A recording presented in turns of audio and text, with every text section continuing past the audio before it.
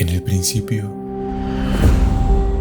creó Dios los cielos y la tierra, y he aquí que era bueno en gran manera.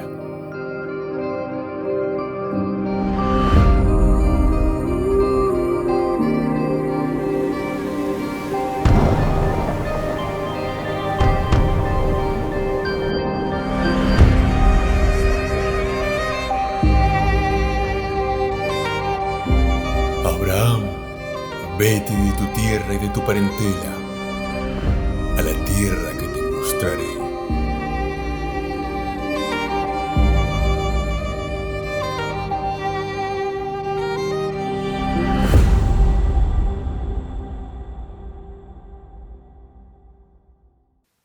Olá, sejam bem-vindos a um novo estudio de la Biblia comentada en orden cronológico.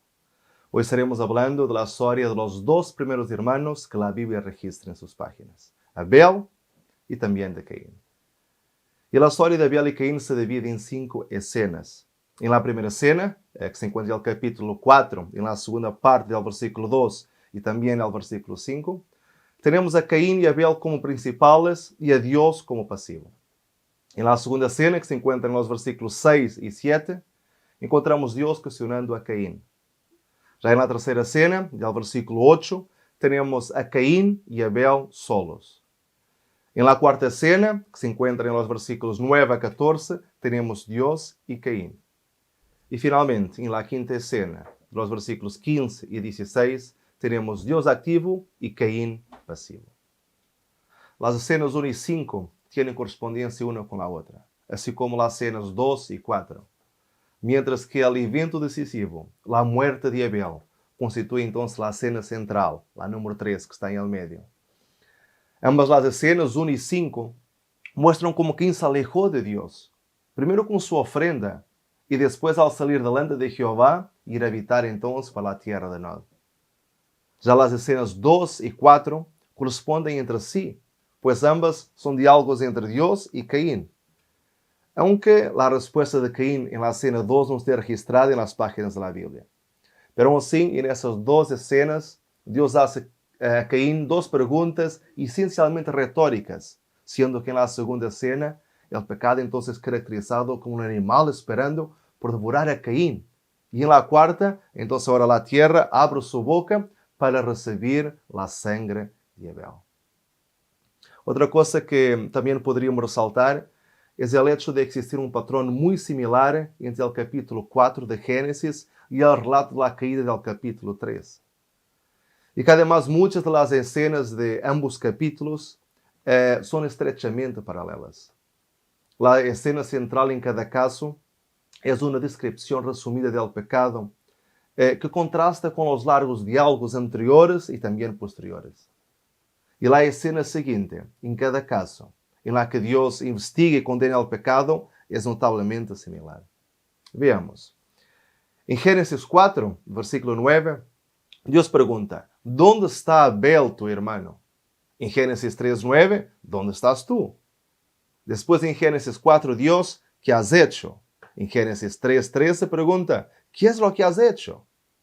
Y finalmente, en Génesis 4, 11, dice, maldito seas tú de la tierra.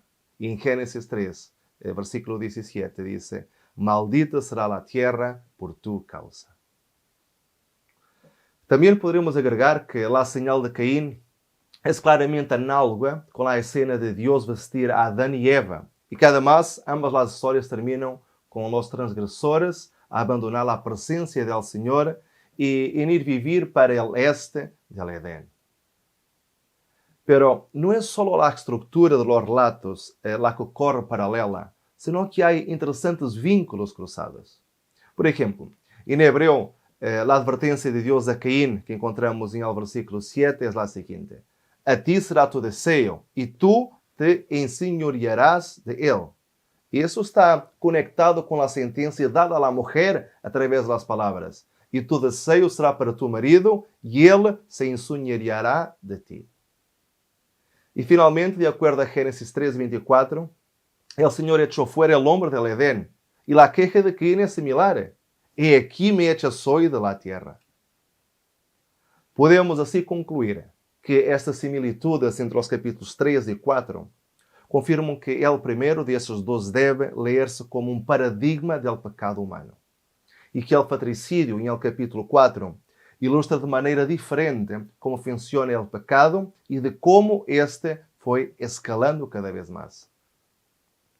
Pero aunque existam várias semelhanças em estes dois capítulos, existem também diferenças que saltam à vista. Por exemplo, Eva tem que ser persuadida por la serpiente para que desatienda o consejo del Criador. Pero Caín no es disuadido de sua intenção assassina. Também quando Deus pronuncia a sentença sobre Adán, Eva e a serpiente, estes la aceptam sem demora. Pero Caín protesta, porque se le trata com demasiada dureza. Assim que, aunque o escritor del Génesis quisiera destacar os paralelismos entre as duas histórias, não considera o assassinato de Abel simplesmente como uma repetição da caída. Não. Há uma evolução no pecado. O pecado agora está mais arraigado e mais profundo. E a humanidade se alejou aún mais de Deus. Pero vamos entrar ao texto bíblico e considerar vários versículos deste capítulo 4 para entender bem toda essa história. E vamos começar com o versículo 1. Conoció Adán a su mujer Eva, la cual concibió y dio a la luz a Caín, y dijo, por voluntad de Jehová he adquirido varón. Há algo muito interessante neste versículo. Se lo leemos literalmente como está en el hebreo, pues la traducción más correcta del hebreo sería, he adquirido un varón, Jehová. Não dice por voluntad de Jehová, solo dice, he adquirido un varón, Jehová. Ou seja, há uma possibilidade de que Eva, ao dizer estas palavras, tinha a esperança que seu filho fuera Deus encarnado, la semilla, el Salvador que vai herir a cabeça da serpiente. O nascimento de seu primeiro filho foi visto por ela como um evento extraordinário. E Eva estava tão maravilhada e tão estupefacta por este acontecimento que ele chegou a pensar que o próprio Deus havia bajado del cielo e se havia encarnado em aquele que lhe havia dado a la luz. Seguro que quando Eva tuvo a su primogênito, quando ella lo segurou em seus braços, ella indudablemente recordou a promessa divina de Gênesis 3:15 e acariciando então a esperança de que ele fuera el libertador, e esse libertador prometido o chamou adquirido. Pero para sua tristeza, este ávido anhelo de um rápido cumprimento da promessa evangélica encontraria o mais amargo dos enganos. Não sabia que este, seu filho, seu primogênito, chegaria a ser o primeiro assassino do mundo. Depois deu a luz a seu irmão Abel, e Abel foi pastor de ovejas, e Caín foi labrador de la tierra. Caín é o único de los dos que habla en el transcurso de la historia. Abel, en cambio, casi parece ausente. Se muestra pasivo ante la agresión de Caín y nunca habla. El significado de los dos nombres refleja esta diferencia entre los dos personajes. Como vimos, Caín significa adquirido. Y esta palabra denota también posesión o adquisición. Já Abel significa vapor e denota fugacidade ou uma condição transitória. Assim, Caín e Abel significavam já em seus respectivos nomes el contraste, não só entre suas personalidades, sino também entre sua ocupação presente e seus destinos futuros.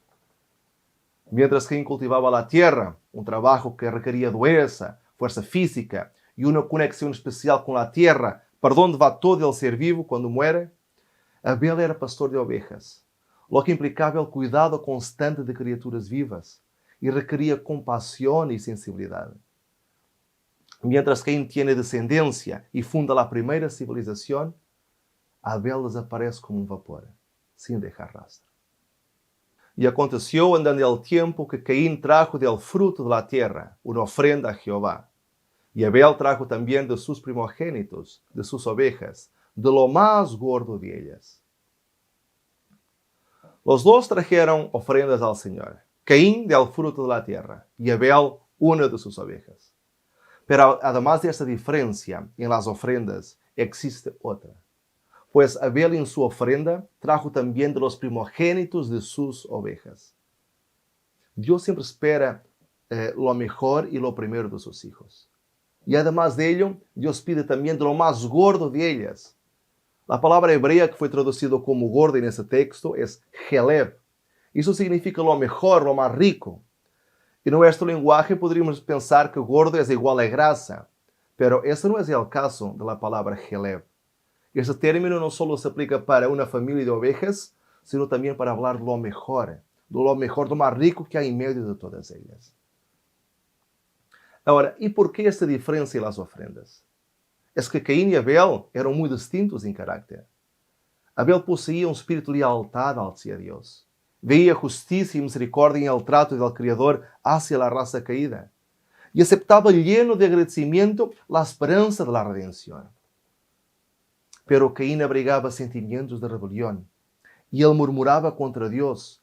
Y esto a causa de la maldición pronunciada sobre la tierra y sobre toda la raza humana por el pecado de Adán. Entonces él permitía así de esa manera que su mente se encauzara en la misma dirección que los pensamientos que hicieron caer a Satanás. Y por eso Caín se presentó a Dios con murmuración, incredulidad en el corazón, tocante al sacrificio prometido y a la necesidad de las ofrendas expiatorias. Su ofrenda no expresaba arrepentimiento del pecado. Él presentó una ofrenda como un favor que hacía a Dios, para conseguir entonces la aprobación divina. Caín obedeció al construir el altar, obedeció al traer una ofrenda, pero rendió una obediencia parcial. Omitió lo esencial, el reconocimiento de que necesitaba un Salvador. Pero al contrario de Caín, quien eligió tomar su ofrenda solo del fruto de la tierra, Abel, en cambio, presentó también como ofrenda el primogénito de su rebaño. Una ofrenda que se ajustaba a la ley, pues esta exigía que se presentara un animal para el holocausto.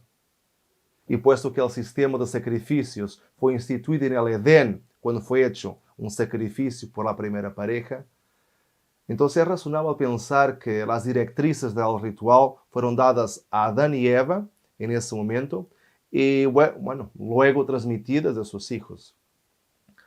Sin embargo, mientras que Abel cumplió con las instrucciones divinas, Caín optó por ignorarlas. Y el hecho de que las dos ofrendas correspondan a las respectivas ocupaciones de los hermanos, Caín, que era el labrador de la tierra, presentando entonces el fruto de la tierra, y Abel, siendo pastor de ovejas, presentando el primogénito del rebaño, esto también sugiere el dramático dilema de Caín. Para ofrecer un sacrificio correcto y aceptable, Caín, el hermano mayor, tendría que pedir ayuda a su hermano menor. Y es muy probable que el orgullo de Caín le impidiera la humillación de esta petición. Y quizás por eso es que miró Jehová con agrado a Abel y a su ofrenda. Pero debemos notar que al Dios aceptar el sacrificio de Abel, lo estaba aceptando a él personalmente en primer lugar. Porque el texto menciona primero su nombre, mismo antes de la aceptación de su ofrenda. O sea, esta es una indicación de que Dios estaba sumamente interesado en la persona que ofrecía el sacrificio. Pero lo mismo no pasó con la ofrenda de Caín. El texto dice, pero no miró con agrado a Caín y a la ofrenda suya. Bueno, cuanto al facto de por qué Dios no aceptó la ofrenda de Caín, algunas de las explicaciones más aceptadas son las siguientes. Lo que crece espontáneamente es un sacrificio más apropiado que lo que tiene que ser cultivado. Esa es de Flávio Josefo, su idea. El fruto de Caín no era la primera fruta, y por lo tanto era inferior a los primogénitos de Abel de su rebaño. Eso dice Ibn Ezra y Filón de Alejandría. Dios no aprueba la agricultura porque mantiene a un hombre arraigado a un lugar, mientras que los pastores caminan y viajan y entran en contacto con el mundo. Eso lo defiende Gunkel. Dios prefiere el sacrificio de Abel simplemente porque huele mejor cuando se inhala el aroma calmante. La decisión de Dios es sensorial y no racional. Eso lo defiende el rabí Saúl Levin. Pero en mi entender, quizás el silencio de Dios sea el propio mensaje. Nosotros, como espectadores externos, somos incapazes de detectar cualquier diferencia entre los dos hermanos y sus ofrendas. Así que talvez la culpa sea algo eterno, una actitud conocida solo por Dios. Un pecado que no es tanto por la ofrenda, sino más bien por la condición del corazón. Además, debemos notar que el foco de Dios en estos dos versículos está en la persona que hace la ofrenda. Pues tanto el nombre Abel como el nombre Caín surgen antes de la ofrenda en el texto. Esto indica que la razón por la que Dios rechaza o acepta la ofrenda radica principalmente en la condición espiritual de la persona y no en la naturaleza de su ofrenda. Pero también podríamos decir que la comparación entre esos dos actos de ofrenda revela una diferencia entre ellos. Mientras Caín piensa en su ofrenda como un regalo para Dios, la atención de Abel se centra esencialmente en el significado del propio sacrificio, es decir, un regalo de Dios para él.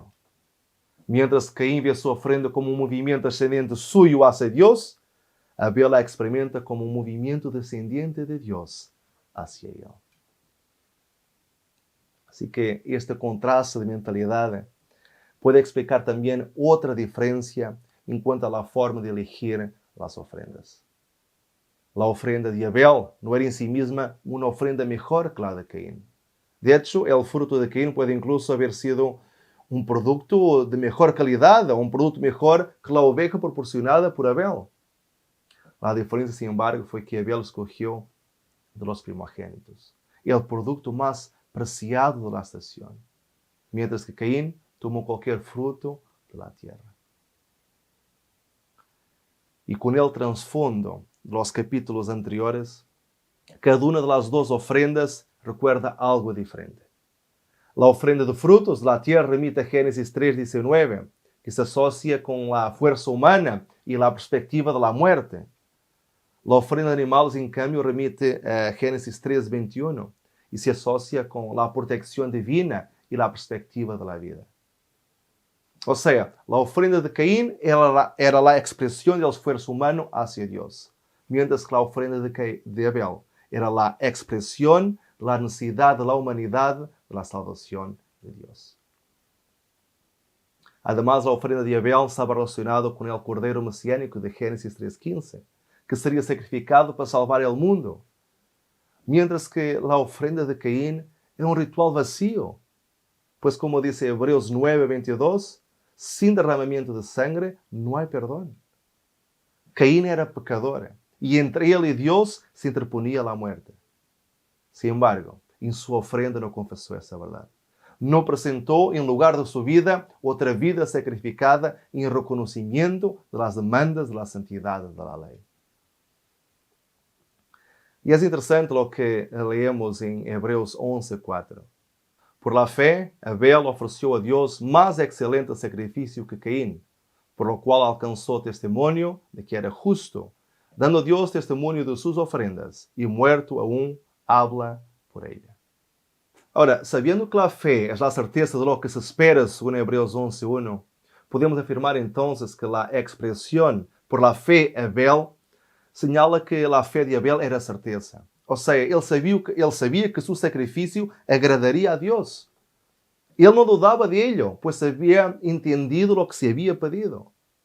Pero si fue así con Abel, si él sabía lo que Dios esperaba de él, ¿acaso no sería de esperar que Caín también lo supiera? Claro que sí. Por eso es que podemos decir que Caín edificó sobre un fundamento de arena, cuando él procuró acercarse a Dios por medio de sus ofrendas. Un pecador no perdonado que entra en la presencia de Dios trayendo su sacrificio vegetal se hace culpable de la más grande presunción. Es cierto que había trabajado para producir su ofrenda, mas ¿de qué le valió eso? ¿Podría la labor remover la maldad del pecado? ¿Podría el trabajo satisfacer las demandas de la santidad divina? ¿Podría anular o expiar la pena que el pecado había merecido? ¿Podría quitarle a la muerte su aguijón y a la tumba su victoria? Imposible. Sin derramamiento de sangre no hay perdón. la ofrenda vegetal de Caín, como todo outro sacrifício incruento, não somente não tinha valor, sino que en realidad era una abominación a los ojos de Dios. Su acto demostró su ignorancia, no solamente en cuanto a su propia condición, sino al carácter divino. Pero Caín obró como si hubiera podido abrirse camino hacia Dios por medio del producto de la tierra. Y hay muchos que piensan lo mismo todavía. Caín ha tenido sus millones de imitadores en todo el tiempo. El culto de Caín es el culto de todos aquellos que no se arrepienten, de los inconversos que tienen la necesidad de inventar otro sistema de religión fuera de aquel que Dios reveló. Entonces Jehová dijo a Caín: ¿por qué te has ensañado? ¿Y por qué ha decaído tu semblante? El rechazo de la ofrenda de Caín no significó necesariamente el rechazo de Caín mismo. Dios, con misericordia y paciencia, estaba listo para darle otra oportunidad.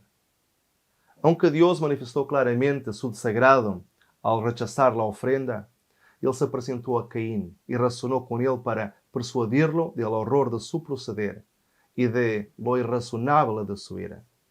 Dios habló a Caín como a un niño caprichoso para ayudarle a comprender claramente entonces cuál era la verdadera motivación que lo llevó a ser infiel en la ofrenda. Y entonces Dios le dice: si bien hicieres, no serás enaltecido, y si no hicieres bien, el pecado está a la puerta.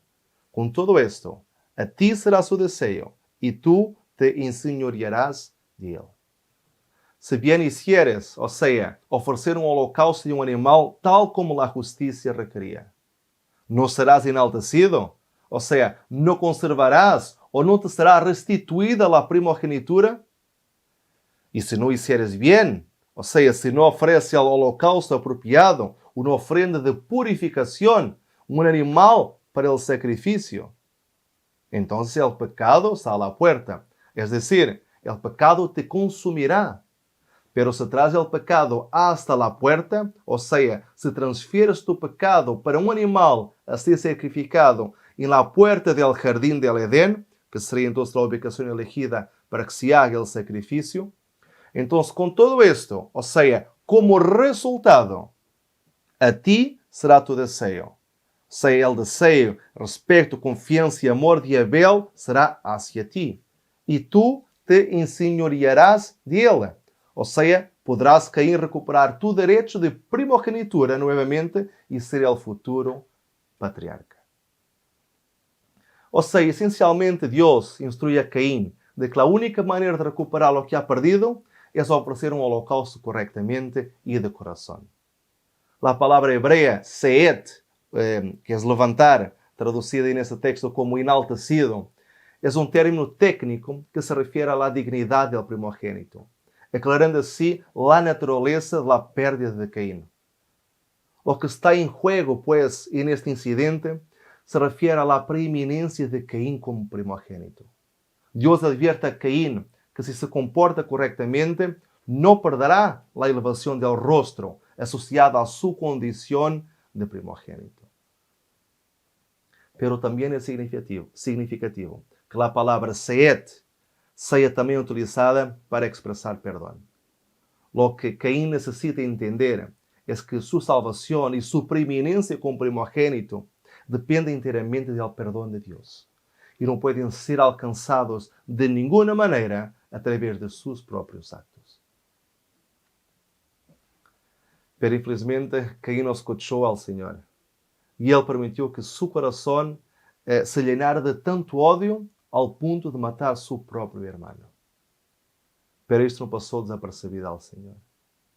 Y Jehová dijo a Caín: ¿dónde está Abel tu hermano? Y él respondió: no sé, ¿soy yo acaso guarda de mi hermano? Esta pregunta de Dios es retórica, pues Dios sabía muy bien dónde estaba Abel. Pero esta pregunta invita a Caín a reconocer su responsabilidad por su hermano. Pero en vez de eso, Caín responde: no sé. Y esta respuesta de Caín revela a quién servía él. Su respuesta fue como una mentira descarada, pues él sabía muy bien dónde estaba su hermano.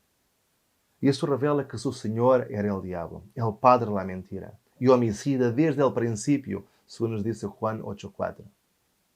¿Y por qué homicida desde el principio? Porque fue justamente el diablo que influyó para que Caín matara a Abel. Además, la pregunta, ¿dónde está Abel, tu hermano? Es también como un recordatorio de la pregunta hecha por Dios a Adán después de su pecado, cuando dijo, ¿dónde estás tú? Ambos actos de desobediencia están así ligados, indicando que el acto homicida de Caín tuvo sus ascendentes en el pecado de su padre. Pero a diferencia de su padre, que admitió su crimen, aunque disgusto, Caín agrava su condena mintiendo. Intenta invadir a la cuestión y eximirse de la responsabilidad con su pregunta. ¿Soy yo acaso guarda de mi hermano? Caín acusa a Dios como que de estupidez e injusticia por haberle colocado esta pregunta. Para él, Dios le colocó una pregunta impertinente, a la cual él no estaba de modo ninguno obligado a dar una respuesta, pues segundo Caín, Abel ya tenía más que edad suficiente para cuidarse a él mismo. Y además Caín, así como Adán, culpa a Dios, que se supone que sería entonces el verdadero guardián. Y él le dijo, ¿qué has hecho? La voz de la sangre de tu hermano clama a mí desde la tierra. Ahora pues, maldito seas tú de la tierra, que abrió su boca para recibir de tu mano la sangre de tu hermano. Cuando labres la tierra, no te volverá a dar su fuerza. Errante y extranjero serás en la tierra. Esta segunda pregunta, ¿qué has hecho?, es una copia de la pregunta hecha por Dios a la mujer en Génesis 3:13, cuando le preguntó, ¿qué es lo que has hecho? Y esto indica que el ser humano siguió con su camino de pecado en lugar de arrepentirse. Pero lo que realmente es sorprendente es que Dios no mata a Caín por su flagrante delito. En su lugar, Caín es desterrado de la tierra, lo que evidentemente no significa que se le prohíbe el contacto con la tierra, sino del disfrute de su productividad. Y el versículo 12 explica con precisión cómo surtirá efecto esta prohibición. Fuera de ser sedentario y tener tiempo para cosechar, Caín sería un fugitivo errante. Así que este es el destino de Caín. En cierto modo, es un destino peor que la muerte. Es perder todo el sentido de pertenencia e identificación con una comunidad. Es desarraigarse y desprenderse. Caín, antes agricultor, es expulsado de la civilización y se convierte en un vagabundo. El desarraigo es el castigo y el desierto es el refugio de este pecador. Y para Caín este castigo es grande además al punto de afirmar, grande es mi castigo para poder soportarlo. La sentencia divina convirtió la crueldad de Caín en desesperación. Aunque Caín merecía la pena de muerte, un Dios misericordioso, un Dios paciente, le dio una oportunidad más de arrepentirse y de convertirse. Pero en vez de arrepentirse, Caín se quejó de su castigo, como que era demasiado severo de lo que él merecía. Y con eso demostró entonces los sentimientos que abrigaba en su corazón contra Dios. A la causa de la maldición entonces producida sobre la tierra y sobre la raza humana por el pecado de Adán. Entonces estos sentimientos seguían bien vivos.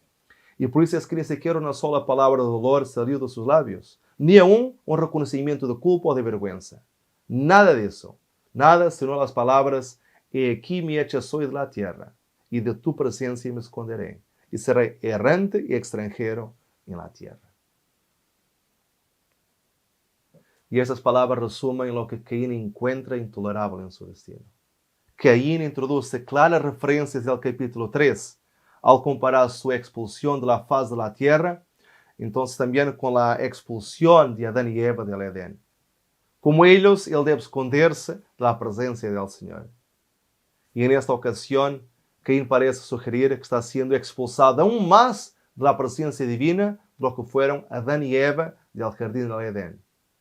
Pero para él, eso no es justo, pues siendo él el autor de un homicidio, lo más correcto de parte de Dios sería dejarlo volver al Edén, pues si el Edén puede considerarse como el arquetipo de los santuarios posteriores, bueno, entonces este sería el local más adecuado para él poder refugiarse. Por eso es que, a diferencia de Adán, que no ofrece ninguna protesta por su expulsión del jardín, Caín presenta ante el Señor su queja cuando se le anuncia su condena. En su opinión, esta sentencia es injusta y es demasiado dura y su castigo es cuádruple. ¿Y por qué? Bueno, él argumenta. Punto número 1. Solo habrá un escaso retorno de la tierra.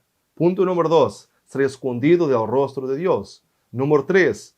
Me veré obligado a llevar una vida de nomadismo. Y por último, seré un blanco para cualquiera que se encuentre conmigo. Y esta última afirmación es incluso irónica, pues él que mató a su propio hermano, ahora se preocupa de que alguien lo mate a él. Pero hay algo más, porque si es así, entonces este miedo de Caín sugiere que había más personas en el mundo, además de Adán, Eva y Caín en este momento. Pero ¿y quiénes son esas personas y dónde vienen? Bueno, debemos entender que Caín, Abel y Set no fueron los únicos hijos de Adán y Eva. La esposa de Caín podría haber sido su hermana o sobrina. Y los que podrían matar a Caín quizás podrían ser entonces los hermanos o sobrinos del fallecido Set. Y si es así, la situación está aún más cargada de ironía. Aquel que se enfrentó a uno de sus parientes ahora debe cuidarse de cualquiera de sus parientes. El vengador de la sangre, el que busca la justicia retributiva contra el criminal, sería entonces una persona de su familia. Pero Dios no permitió que esto pasara. Y para eso hizo algo.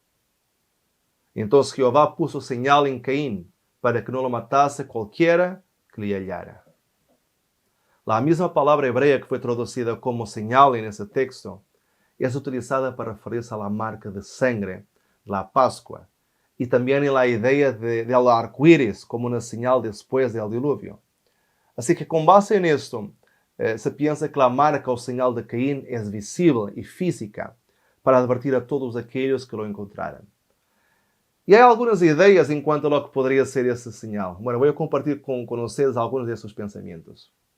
Una tradición judía dice que la señal fue la lepra. Otros afirman que, como la palabra hebrea para marca, tav, en la antigua escritura hebrea tenía la forma de X, entonces algunos exegetas de los primeros cristianos creían que la señal colocada en Caín fue una X, la cual sería entonces una anticipación del poder salvador de la cruz. Una otra tradición judía, de una manera muy ingeniosa, dice que la señal de Caín era un perro que lo acompañó mientras Caín era errante y extranjero en la tierra. Entonces este perro servía como para reasegurar a Caín la protección de Dios y para ahuyentar entonces a cualquier que quisiera atacar a Caín. Pero para ser sincero, nadie sabe al cierto qué señal habrá sido esta. Ella sigue siendo incierta, pero su función es muy clara. Al igual que la ropa dada a Adán y Eva después de la caída sirvió para recordar su pecado y la misericordia de Dios, la misma función tiene la señal colocada en Caín. Así que quizás lo que se debería destacar no sería tanto la señal, sino el propósito de la existencia de la señal. Es decir, la señal fue colocada para que no lo matase cualquiera que lo hallara. Ahora, ¿y por qué preservó Dios la vida de este asesino? Quizá la respuesta sea que al colocar esta señal sobre Caín, Dios estaba declarando que tanto la vida como la muerte son una prerrogativa suya. Pero una cosa es cierta. De nuevo vemos en la narración ley y gracia. El pecado no puede ser ignorado ni justificado. Caín debe pagar un castigo por sus acciones. Pero el Dios que pronuncia la sentencia también pone a la disposición del criminal su protección y preocupación para que él tampoco sea víctima de la violencia. Caín es venido, pero también bendecido. Es un hombre marcado en un sentido positivo. Deja la presencia de Dios, pero no deja su protección. Salió pues Caín de delante de Jehová y habitó en tierra de Nod, al oriente de Edén. La historia que comenzó con el intento de Caín y Abel de acercarse a Dios mediante el sacrificio termina con Caín abandonando la presencia de Dios y viviendo al este del Edén, presumiblemente aún más lejos del jardín del que sus padres habían sido expulsados. Al igual que el relato de la caída, esta historia concluye subrayando la verdad de que el pecado separa al hombre de Dios y que el juicio de Dios se lleva a cabo. Caín vivió en una tierra cuyo nombre, Nod, significa errante, le recuerda la sentencia divina de que se convierte entonces en un vagabundo errante. Tal fue el camino de Caín, y en el que andan también millones de hijos suyos en este mundo. No son personas desprovistas de todo elemento religioso en su carácter. Es decir, no quieren vivir enteramente apartados de Dios. Y de vez en cuando procuran traerle alguna ofrenda. Les parece justo manifestar su reconocimiento a Dios por medio, de algún presente que simbolice el fruto de sus labores. Pero su mayor afán es cómo mejorar las condiciones de vida en este mundo, llenándola de placeres y comodidades y procurando aumentar su belleza natural. El remedio de Dios para limpiar el mundo es rechazado y sustituido por el remedio del hombre. Este es el camino de Caín. Basta mirar a nuestro alrededor para convencernos de la popularidad universal de tal camino. Aunque este suelo fue manchado con la sangre de uno mayor que Abel, con la sangre de Cristo, igualmente vemos como el hombre desea hacer de este suelo un agradable escenario. Como en los días de Caín, el oído humano se vuelve sordo a este clamor que subió primero del suelo pidiendo venganza y después de la cruz pidiendo perdón para ellos. Todos los recursos del genio humano se ponen en juego para que este mundo produzca sus más ricos y raros frutos. Y se suplen no solamente todas las necesidades materiales del hombre, sino también una multitud de otros deseos que el apetito depravado ha creado, hasta que la raza humana se ocupe entonces a diario en la tarea de proveer cosas que hace algún tiempo eran desconocidas y que parecen tan importantes que la vida sería desabrida, inaguantable si no las tuviéramos. Así quedó el ser humano. Pero para todo hombre arrepentido, la historia de Abel señala claramente el único modo de acercarse a Dios. Nos enseña que es imposible tener acceso a Dios basándose en elementos que existen en la naturaleza. Y que en cambio nos es necesario buscar el medio de acceso en algo que está fuera de nosotros. Es decir, en la obra y en la persona de otro, de Jesucristo, quien es el único punto de contacto posible con Dios puro, santo y justo. Caín y Abel representan dos clases de personas que existirán en el mundo hasta el fin del tiempo. Una clase se acoge al sacrificio indicado, la otra se aventura a depender de sus propios méritos. Caín y Abel representan las dos únicas religiones en el mundo. Y aún existen varias denominaciones religiosas con nombres distintos en el mundo. En realidad existen únicamente dos religiones, la que hace la voluntad de Dios cumpliendo con sus mandamientos y la que hace su propia voluntad ofreciendo su propio sacrificio, como si fuera un favor que está haciendo a Dios, adorando a su manera y obedeciendo a lo que desea. Podríamos decir que, para concluir, Caín es el arquetipo de la enseñanza del mundo, de que hay muchos caminos para llegar a Dios, de que hay múltiples vías para alcanzar la paz y la felicidad eternas. Pero eso no es verdad, pues el camino hacia el Padre es solo a través de la sangre derramada de Jesús. Todos los que insisten en que pueden encontrar su propio camino hacia Dios, sufrirán el mismo destino que Caín. Se apartarán de la presencia de Dios para siempre. La clase de adoradores que sigue el ejemplo de Caín abarca la mayor parte del mundo, infelizmente, pues casi todas las religiones falsas se basan en el mismo principio, que el hombre puede depender de sus propios esfuerzos para poder entonces salvarse. Afirman algunos que la humanidad no necesita redención, sino desarrollo, y que ella puede refinarse, puede elevarse y regenerarse por sí misma. Y así como Caín, que pensó lograr el favor divino mediante una ofrenda que carecía de la sangre del sacrificio, obran lo que esperam elevar a la humanidad a la altura del ideal divino sin valerse del sacrificio expiatorio. La história de Caín demuestra qual será o resultado dessa teoria. Demuestra que será el hombre sin Cristo. La humanidad no tiene poder para regenerarse a sí misma. No tiende a subir hacia lo divino, sino a descender hacia lo satánico. Cristo es nuestra única esperanza. Y mi consejo para ti en este día es que te agarres a esa esperanza para que tu destino no sea el mismo de Caín. Que Dios te bendiga y nos vemos en el próximo estudio de la Biblia comentada en orden cronológico.